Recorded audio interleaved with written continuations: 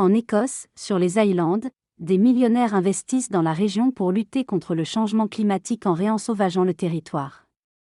Jeremy Legg, écrivain et entrepreneur anglais, a décidé de s'installer dans la région pour rendre les Highlands plus sauvages et vertes.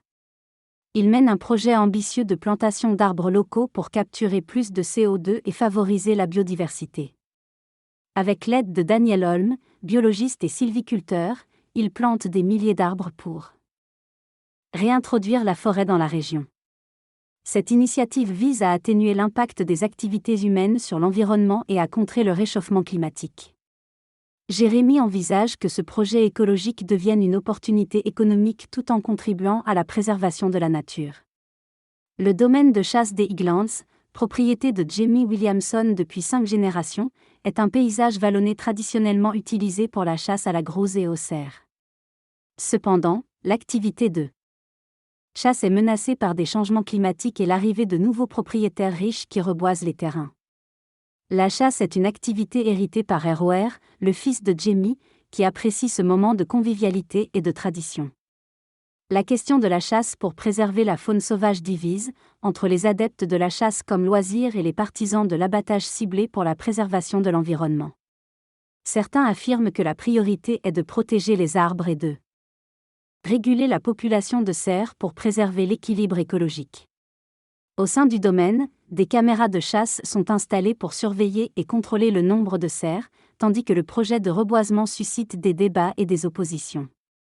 En 1995, le domaine de Mar Lodge a été intégré au National Trust, une organisation à but non lucratif visant à préserver le patrimoine britannique. Sous l'impulsion de Madame Hall, le domaine est désormais dédié à la régénération de la nature. Andrew Pinting, conservateur des espaces naturels, a laissé la nature se reconstituer seule, faisant face à des critiques pour avoir privilégié la repousse des arbres au détriment de la faune sauvage. Malgré cela, il croit en une approche équilibrée entre les besoins des communautés locales et la nature. Le projet de réensauvagement de Jérémy à Beldney vise à montrer que l'écologie peut aussi être rentable, tout en créant des emplois verts. Nikki et James, gardiens de troupeaux, travaillent à prouver que l'élevage bovin peut être durable en laissant les vaches pâturer de manière contrôlée pour favoriser la végétation locale. Ce projet vise à créer un équilibre entre l'humain et la nature dans un environnement sauvage. Des agriculteurs, comme Nikki et James, privilégient le bien-être des animaux et la régénération de la nature, plutôt que les profits. Leur retour du bétail contribue à augmenter la biodiversité et attire les gens à la campagne.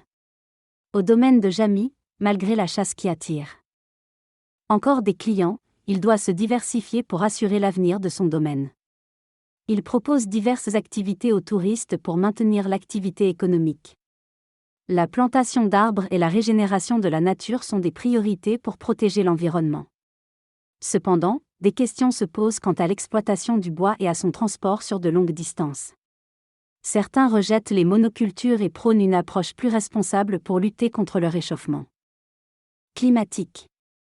Les nouveaux propriétaires terriens, comme Jérémy, cherchent à équilibrer exploitation naturelle et préservation de l'écosystème pour un avenir durable.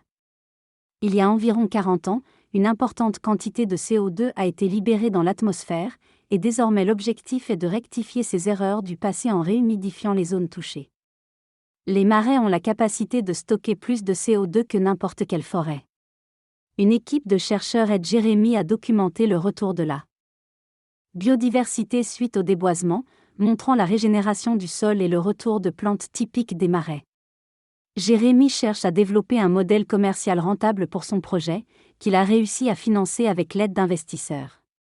Il s'agit d'un projet crucial pour l'environnement, mais qui doit également être économiquement viable pour convaincre d'autres propriétaires terriens de modifier leurs pratiques. Le rayon sauvagement des Highlands est présenté comme le projet du siècle.